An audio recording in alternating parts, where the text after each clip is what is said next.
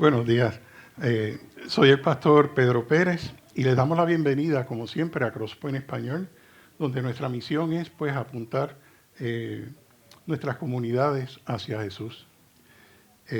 Como siempre, pues a todos los que llegan con un corazón roto y quebrantado, a Crosspoint Español les da la bienvenida y le abre sus puertas. Amén. Y muchas gracias una vez más por permitir que se traiga a la iglesia a este salón. Pues en esta mañana continuaré con la serie titulada La Iglesia Rechazada, que está basada en la primera carta del apóstol Pedro. Esta carta estaba dirigida a los cristianos que estaban en el área de lo que hoy se conoce como Turquía. Y haciendo honor al título de la serie, estas iglesias fueron rechazadas principalmente por causa de su fe. Y esa misma fe les afirmaba que, a pesar de ser rechazadas por el mundo, son elegidos de Dios. Y como tal, habían recibido una nueva identidad. Y ya hoy por fin, pues llegamos al capítulo 3. Pero antes de comenzar, les voy a dar un breve resumen del capítulo anterior. En el capítulo 2, Pedro explicó que nuestra nueva identidad nos hace parte del pueblo escogido de Dios. Pertenecemos a una nación santa y a un sacerdocio que es real. ¿Y cuál era el propósito de todo eso?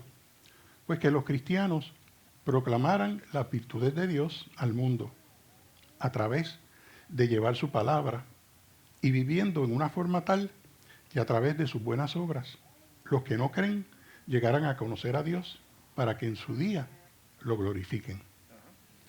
También nuestra nueva identidad nos lleva a que tengamos un comportamiento diferente al que antes teníamos. Por eso, Pedro nos exhorta que por la voluntad de Dios nos sometamos a diferentes áreas de nuestra vida. Y curiosamente, esta es la primera vez que Pedro, en ese capítulo, comienza con esta palabrita que es a veces un poquito malinterpretada o no bien querida, y es la palabra someterse. Primero nos habló que debemos someternos a toda institución humana y a los gobernantes. Luego, la semana pasada, vimos con la prédica que nos hizo el pastor Miguel, que nos habló de que los siervos se debían de someter a sus amos. Y si lo ponemos en un contexto actual, se puede aplicar en el área laboral cuando los empleados pues, se tienen que someter a sus supervisores. El apóstol Pablo también nos explicó que debemos de seguir las pisadas de Cristo. Y al hacerlo, debemos estar preparados para soportar el sufrimiento injusto que vendrá y que viene acompañado cuando se proclama el Evangelio. Pues hoy Pedro continuará con el tema de la sumisión, pero esta vez va a tocar un aspecto diferente de nuestras vidas. Hoy Pedro continuará con el tema de la sumisión. Hoy veremos cómo es que nuestra nueva identidad nos lleva a que si apuntamos nuestros matrimonios a Jesús, veremos la irresistible belleza de un corazón tierno. Y esto lo vamos a ver en Primera de Pedro, capítulo 3, y vamos a estar cubriendo los versos del 1 al 6. El pastor Juan Sánchez, en su libro titulado Primera de Pedro, para ti, él resume los versos del 1 al 6 de la siguiente forma. En estos versos, Pedro nos va a dejar saber que Dios se place en las mujeres hermosas que atraen a sus maridos incrédulos a Cristo. Se los voy a repetir. En estos versos, Pedro nos va a dejar saber que Dios se place en las mujeres hermosas que atraen a sus maridos incrédulos a Cristo. Todos sabemos que si descuidamos el matrimonio, en vez de convertirse en un lugar de crecimiento, se puede convertir en lo que es un campo de batalla. ¿No se han preguntado la razón por la cual esto sucede? Para contestar esa pregunta debemos de remontarnos al origen de todos nuestros problemas. Después de la caída, en Génesis 3:16, Dios maldijo a la mujer diciendo: con todo, tu deseo será para tu marido, y él tendrá dominio sobre ti. Y esto significa que la mujer deseará dominar y tener control de su esposo, pero él acabará siendo quien la domine.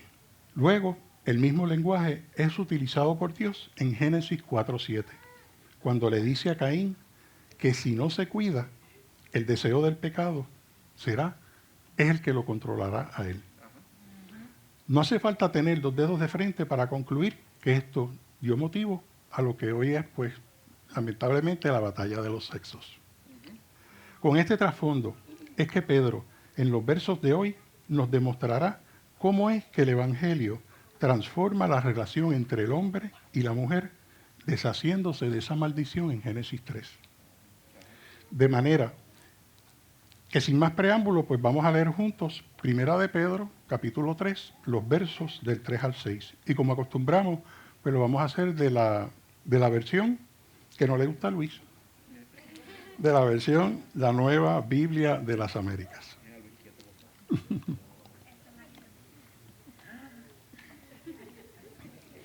Hoy hay problemas, ¿verdad, Luis? Bueno, la palabra del Señor dice así: deberes conyugales.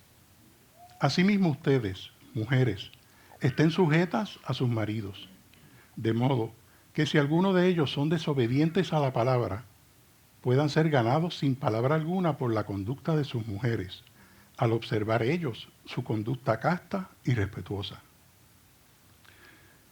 Que el adorno de ustedes no sea el externo, peinados ostentosos, joyas de oro o vestidos lujosos, sino que sea lo que procede de lo íntimo del corazón, con el adorno incorruptible de un espíritu tierno y sereno, lo cual es precioso delante de Dios.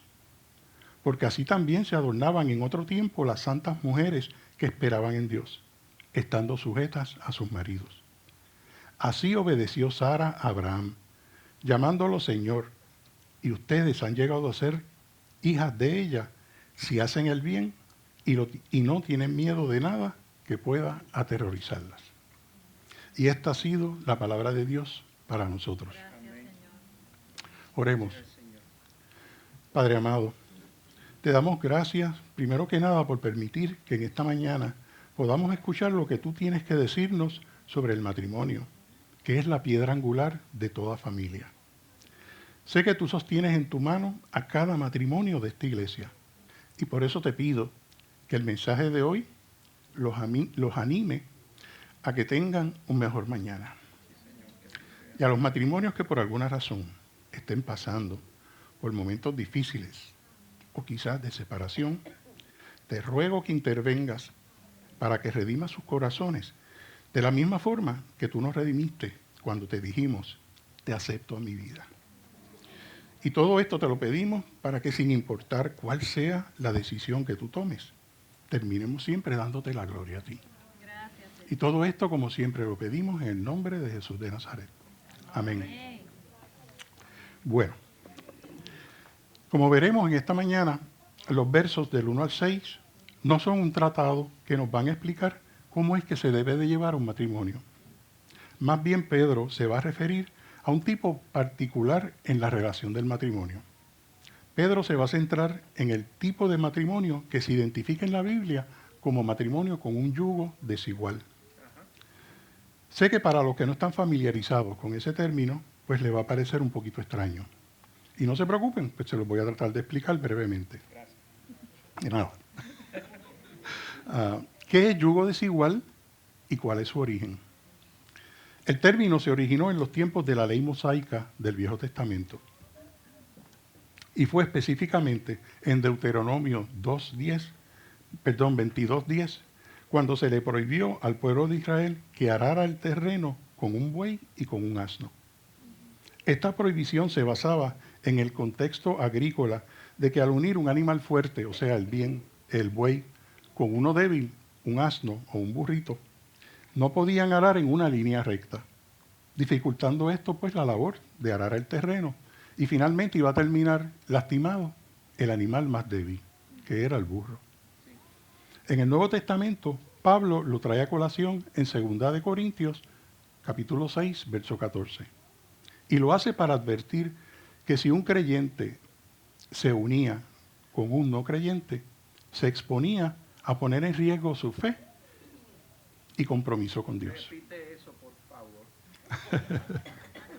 En el Nuevo Testamento, Pablo lo trae a colación en 2 de Corintios 6, verso 14, para advertir que si un creyente se unía con un no creyente, el resultado iba a ser que iba a estar exponiendo, iba a poner en riesgo su fe y su compromiso con Dios.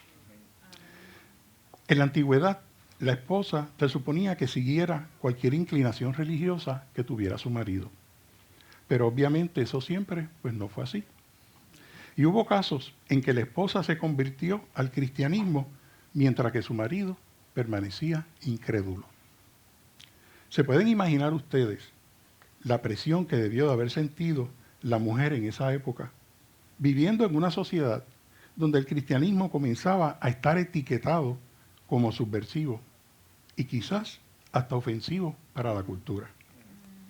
Definitivamente que para la esposa cristiana que estuviera casada bajo el yugo desigual, lo que le venía para encima y lo que le prometía esa situación era meterse en grandes problemas. En vista de que la esposa estaba recibiendo presión de su marido, la comunidad y quizás hasta del Estado, les pregunto a ustedes, ¿qué es lo que ella debería hacer? ¿Debería abandonar a su marido incrédulo y buscar al hombre de sus sueños que sea cristiano? Seguramente habrá quien diga, eso es lo que debe hacer. Pero ¿saben qué es lo que les diría Pedro y Pablo? Definitivamente que no lo haga.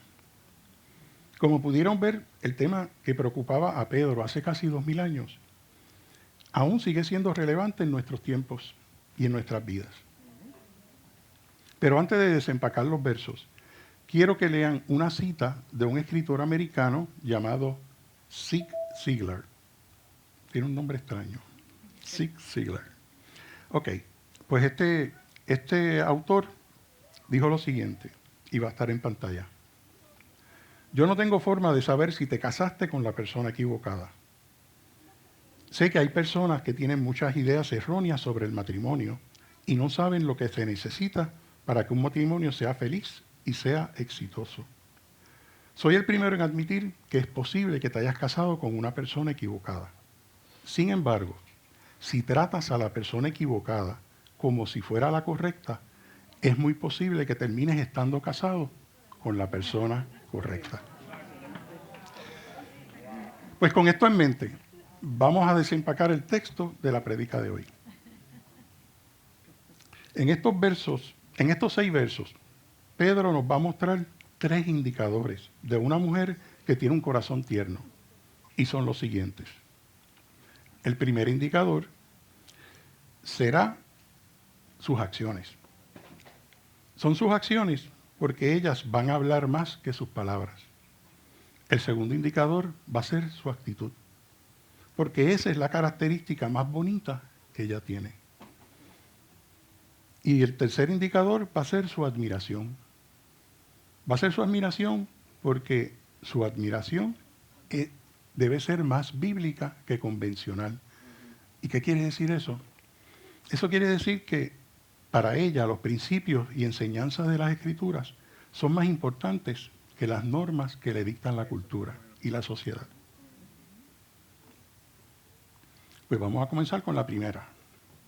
El primer indicador que debe de tener una mujer de corazón tierno lo vemos en los primeros 2 versos cuando Pedro nos dice lo siguiente. Perdonen. Asimismo ustedes, mujeres, estén sujetas a sus maridos, de modo que si alguno de ellos son desobedientes a la palabra, puedan ser ganados sin palabra alguna por la conducta de sus mujeres, al observar ellos su conducta casta y respetuosa. Pedro comienza este verso con la palabra asimismo, porque él quiere que haya una continuación del mensaje anterior con este. Él quiere conectar la exhortación que hizo a los cristianos sobre cómo debían de comportarse con los gobernantes y con los amos, con las esposas casadas, con hombres incrédulos. Y el comportamiento que Pedro exhortó a los cristianos es que se sometieran tanto a los gobernantes como a sus amos. Yo no tengo la menor duda de que el tema de la sumisión es controversial. Y lo es porque con tan solo mencionar esa palabra, sumisión, nos miran raro. A mí me lo han hecho. Y cuando digo esa palabra, hacen como así, como, ¿de qué tú vas a hablar? Nuestro problema principal con esa palabra y con la autoridad es que no nos gusta que nadie nos diga lo que tenemos que hacer. Pero como nosotros los cristianos creemos que Dios es bueno y que es sabio, necesitamos ver su mandato a sujetarnos a las autoridades también como algo que es bueno y que es sabio. Amén. Pero lamentablemente hay otra realidad que no podemos negar, y es que existe la autoridad abusiva en los matrimonios. Lamentablemente, esa autoridad abusiva, como les dije al comienzo, tiene su origen y es parte de la maldición en Génesis 3, en Génesis 3:16. Por eso es que Pedro nos quiere demostrar en los versos del 1 al 7, y fíjense que le estoy diciendo el 7. En esos versos él nos quiere demostrar cómo es que el Evangelio transforma la relación entre el hombre y la mujer, deshaciendo así la maldición de Génesis 3.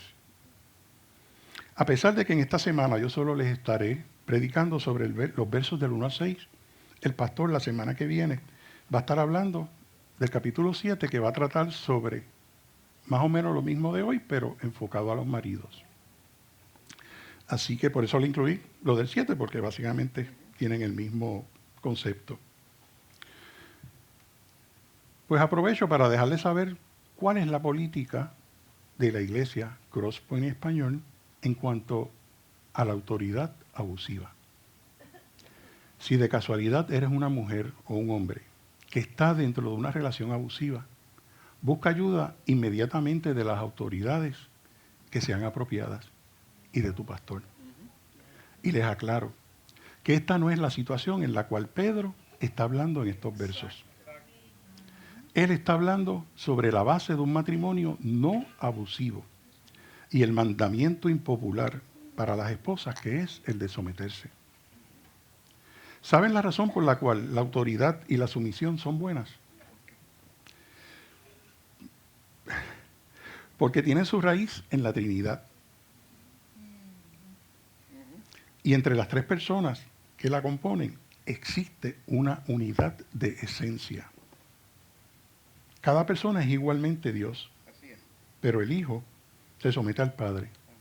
Y el Espíritu se somete al Padre y al Hijo. Pues también la autoridad y la sumisión son buenas porque tienen su raíz en la creación.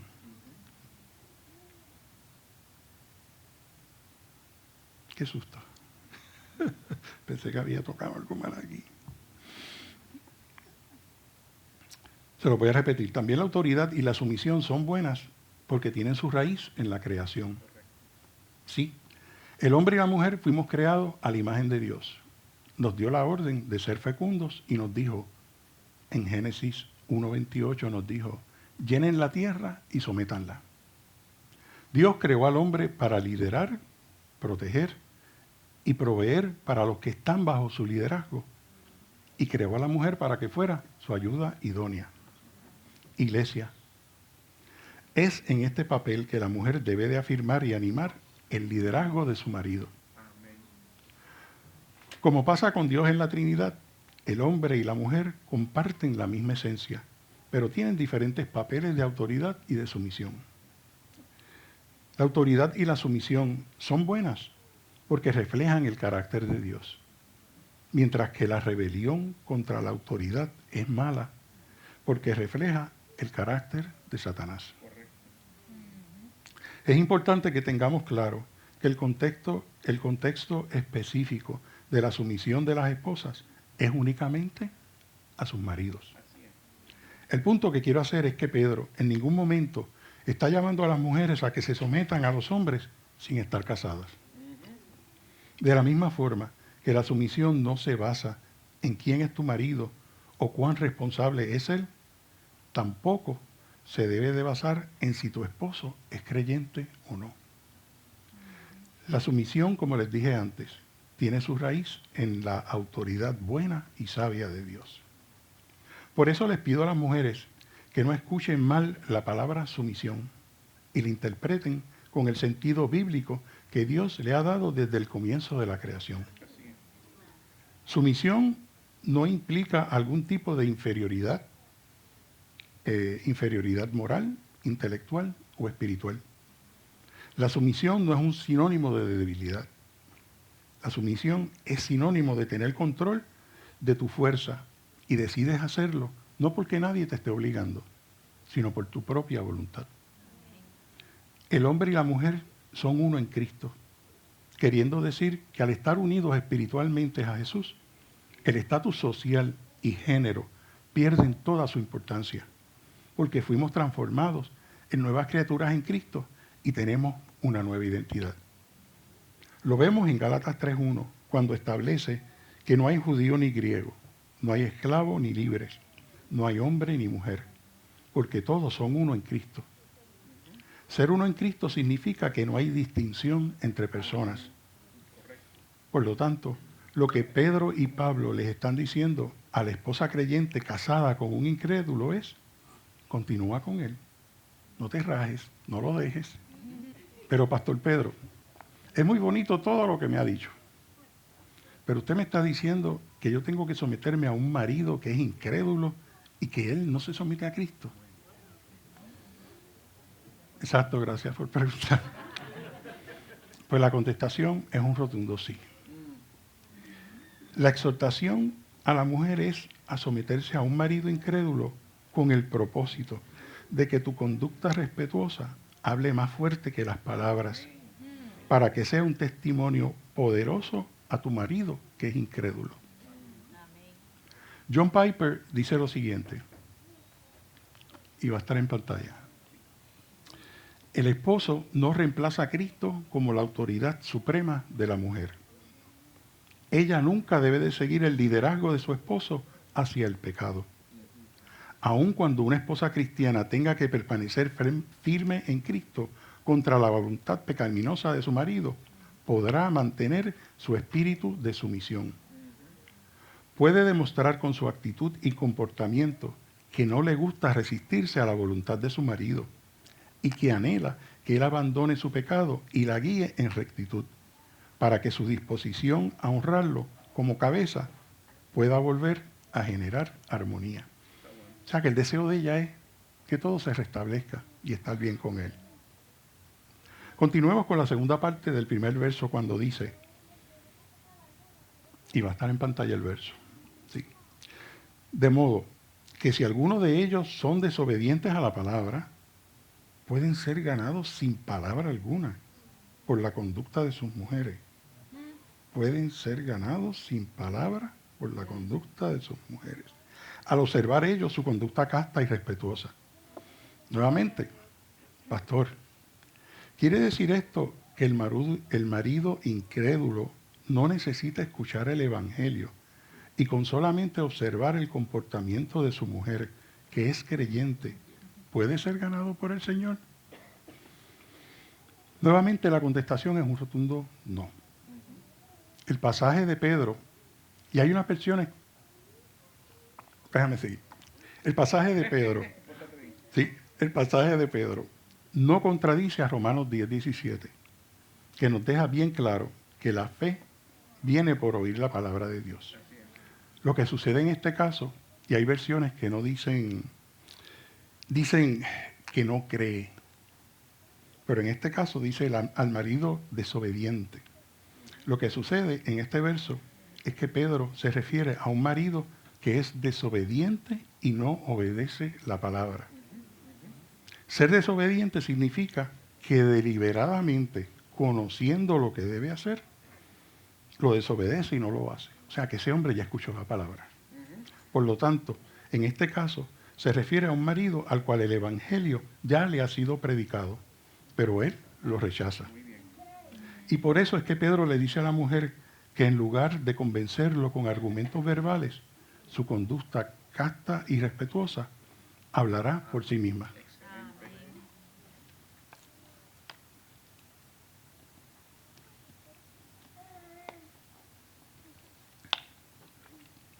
Y miren, yo creo que todos hemos aprendido esto de alguna forma u otra.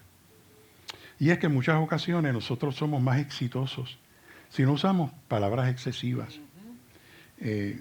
si no usamos palabras molestas, que molesten, o usamos palabras para imponer presión, para obligar a la persona a hacer algo. A mí cuando me repiten una cosa una y otra vez, yo me apago, yo me pongo en off. Y en mi mente, ya yo sé lo que me van a decir y cómo va a terminar lo que me van a decir. Y eso me motiva a dejar de prestarle atención a lo que me están diciendo.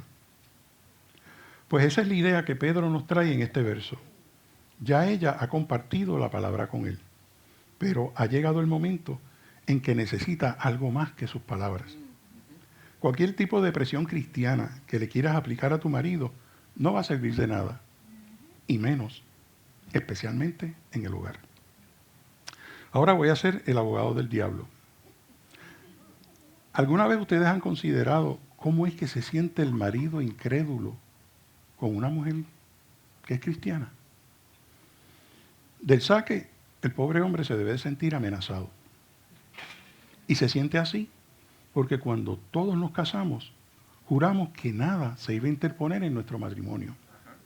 Pero ahora hay algo que se interpone. El marido incrédulo piensa que ella está enamorada. Está enamorada de alguien que él no puede ver. Y ahora de repente, él está relegado a un segundo lugar. Ya él no es número uno para ella. Jesús es su número uno. Requiere mucha habilidad de esa mujer y destreza de parte de ella al tratar de mantener un equilibrio y tratar de convencer a su marido sin alienarlo. Ahora veremos el segundo indicador para tener un corazón tierno y está en la actitud de la esposa. Y esa es la característica más bonita que ella tiene. Y la veremos en los versos 3 y 4. Y dice así, que el adorno de ustedes no sea el externo, peinados ostentosos, joyas de oro o vestidos lujosos, sino que sea lo que procede de lo íntimo del corazón, con el adorno incorruptible de un espíritu tierno y sereno, lo cual es precioso delante de Dios. En los tiempos de Pedro, y al igual que hoy, los peinados ostentosos, las joyas de oro o los vestidos lujosos eran representativos de la moda en esa época. Es importante que aclare que en estos versos Pedro no está diciendo que la mujer arreglarse de esa forma es pecado, ni que es malo. El punto que Pedro no quiere hacer es que las mujeres piadosas no deben de poner su esperanza en atraer a su marido utilizando la belleza física. ¿Por qué? Porque la belleza física se va a desvanecer. La belleza física lamentablemente no dura. Si tu esposo tan solo es atraído por ti por causa de tu belleza física, ¿qué pasará cuando envejezcas y esa belleza ya no esté? El mercado de productos de belleza siempre busca atraernos hacia productos que prometen hacer milagros en nuestros cuerpos para que nos veamos físicamente bonitos y lindos. Y Pedro nos está diciendo, no hay nada malo en uno verse físicamente bien, pero hazte un cambio de imagen espiritual para que tengas la belleza incorruptible. La belleza incorruptible es diferente porque no depende de la máscara o el rímel. ¿Rímel o rímel? ¿Cómo se dice? Rímel. Anyway. La primera vez que la escuché y tuve que buscarla porque no sabía lo que es rímel. Y a mí me gusta porque me gusta cuando se delinean el ojo y ¿verdad? Se ve bueno. Para la foto, eso es un must. Anyway, volvamos aquí. La belleza incorruptible es diferente porque no depende de la máscara o el rímel, ni del brillito que se ponen en los labios, o de la ropa que te pongas. Pedro se refiere a lo que hace que la mujer sea más bella a medida que pasan los años. ¿Saben a lo que se refiere Pedro cuando les dice en el verso 4 que sean lo que procede de lo íntimo del corazón? Cuando él dice lo íntimo del corazón, él se refiere a quien en verdad nosotros somos. Tu reputación es lo que la gente percibe que eres. Pero el carácter es tu verdadero yo y es lo que no se ve. Por eso es que Pedro nos enfatiza en estos versos a que valoremos y cultivemos las cualidades internas en nuestro corazón, que no se marchitan y son muy valiosas a los ojos de Dios. Amén. ¿Y qué cualidades quiere Pedro que cultivemos en nuestro corazón para tener la conducta que motive a otros a imitarnos? Lo vamos a ver ahora en el verso 4 cuando nos dice: sino que sea lo que procede de lo íntimo del corazón, con el adorno incorruptible de un espíritu tierno y sereno, lo cual es precioso delante de Dios. Pedro quiere que lo que brote de nuestro corazón sea un espíritu tierno y un espíritu sereno, para que nuestro carácter sea afable y manso. Y esto nos lleve a que seamos humildes y tengamos nuestra fuerza bajo control. Resumiendo, lo que Pedro quiere es que la esposa del hombre incrédulo ponga lo que sale de su boca y sus emociones bajo el control de Dios. Ahora veremos que el tercer indicador para tener un corazón tierno se basa en que la admiración de ella sea más bíblica que convencional. Como les dije, esto quiere decir que para ella los principios y enseñanzas de las Escrituras son más importantes que las normas de la cultura. Y esto lo vemos en los versos 5 y 6, cuando Pedro nos dice: porque así también se adornaban en otro tiempo las santas mujeres que esperaban en Dios, estando sujetas a sus maridos. Así obedeció Sara a Abraham, llamándolo Señor, y ustedes han llegado a ser hijas de ella, si hacen el bien y no tienen miedo de nada que pueda aterrorizarlas. En estos versos, Pedro vuelve a retomar la idea de los versos 3 y 4, que describen la belleza interior como el verdadero adorno que le agrada a Dios. La cultura actual en la que vivimos quiere que nos enfoquemos en el aspecto externo y en el aspecto físico, mientras que en estos versos nos exhortan a que nos enfoquemos en el carácter y la fe, que es lo que le agrada a Dios.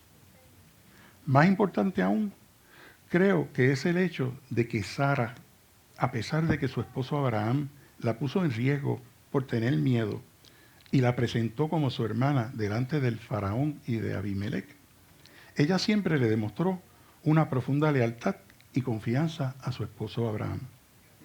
Por eso es que Pedro quiere dejar bien claro que el respeto y la sumisión de una esposa hacia su marido, a pesar de que éste tenga un carácter débil como el de Abraham, es la belleza que tiene mucho valor delante de Dios. Amén.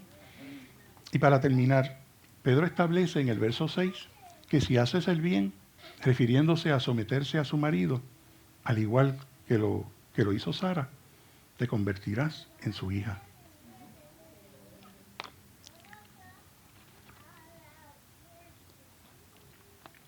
Para que entendamos mejor el concepto de sumisión que Pedro nos ha estado hablando, se lo voy a explicar demostrando lo que no representa que una mujer esté sujeta a su marido. Los que están con nosotros los miércoles saben que a mí me gusta mucho, en lugar de decir las cosas que son, es decir lo que no es. A mí por lo menos me hace ver las cosas, se me hace más fácil entenderlas. Por eso les voy a hablar lo que no es una mujer que se somete a su marido. Y les voy a mencionar 5 puntos. Primero, la mujer sujeta a su marido no tiene que estar de acuerdo con él en todos los asuntos. Lo sabemos porque en este caso ella no comparte la incredulidad de su esposo y decidió seguir a Cristo en contra de su marido. Segundo, la mujer sujeta a su marido no evita el esfuerzo de sacarlo de su incredulidad. Evidentemente, la meta que ella quiere obtener es que su esposo deje de ser incrédulo y se convierta en un hombre cristiano. Y Pedro le está explicando que la forma de hacerlo es siendo una esposa sumisa.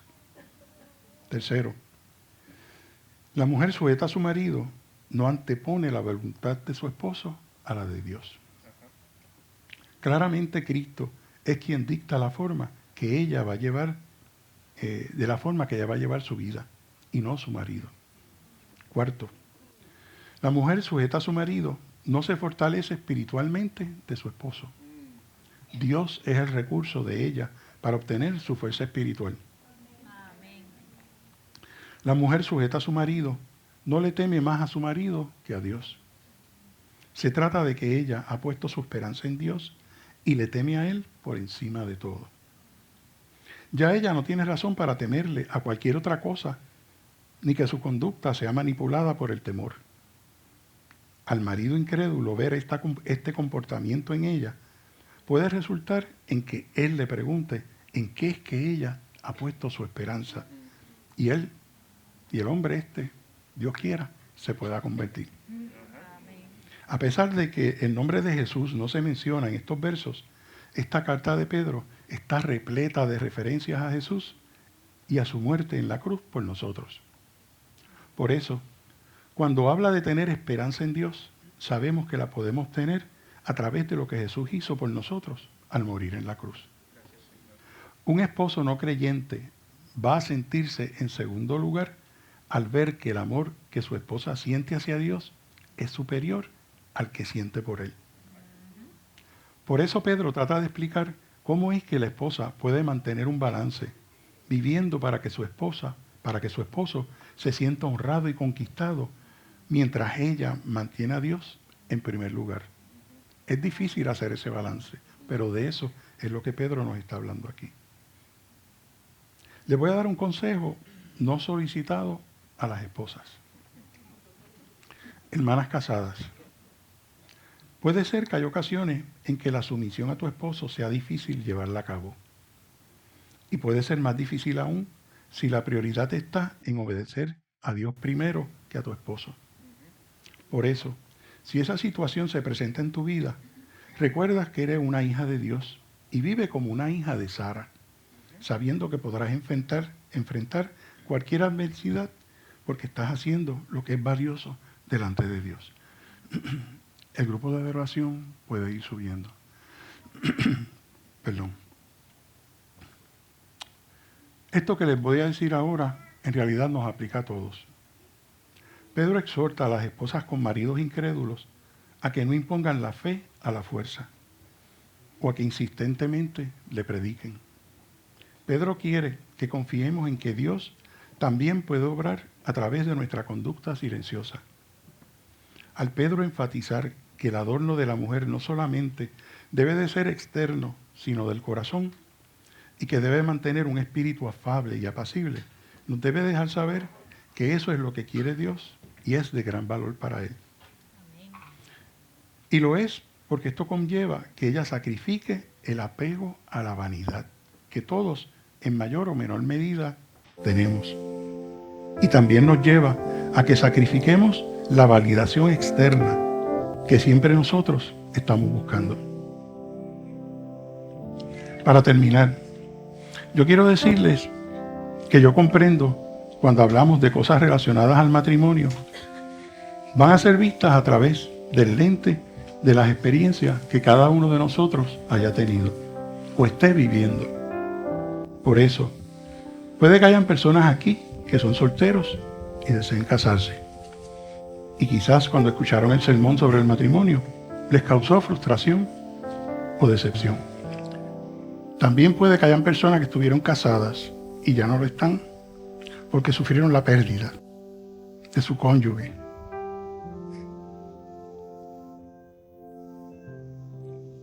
Porque falleció.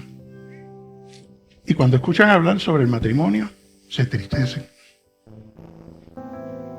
Se entristecen porque recuerdan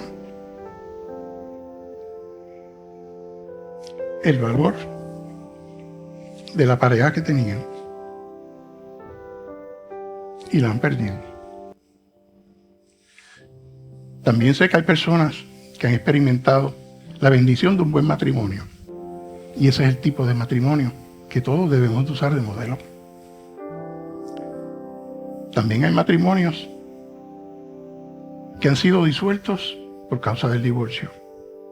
En estos casos, quizás lo que les trae de recuerdo es dolor, culpa, decepción y tristeza. Y como no quieres que nadie pase por eso, tu deseo es que las parejas casadas a tu alrededor Mantengan un matrimonio con bases fuertes y con bases sólidas. Y lamentablemente, también hay personas que sus matrimonios han sido debilitados y no son felices. Y hay otros que puede que estén en este mismo momento al borde del divorcio y estén enfrentando grandes dificultades.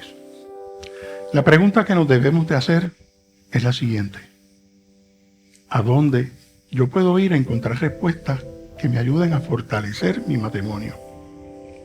¿A dónde yo puedo ir a encontrar respuestas que me ayuden a reconstruir mi matrimonio? ¿A dónde yo puedo ir para seguir el consejo de quien nos dijo: no es bueno que el hombre esté solo, le haré ayuda idónea para él? Pues yo les tengo la respuesta, y solamente existe en un lugar al que podemos ir. Y es el lugar donde se originó el matrimonio. Y ese lugar se encuentra en la mente y en el corazón de Dios. Y es el único lugar donde encontraremos los consejos y la forma de sanar nuestros corazones heridos, donde podremos restablecer relaciones traicionadas y poder mantener y construir matrimonios que sean fuertes y que sean sanos. Tenemos que comprender y confiar que debido al sacrificio de Jesús en la cruz, no hay nada irredimible para Dios. Que Dios los bendiga.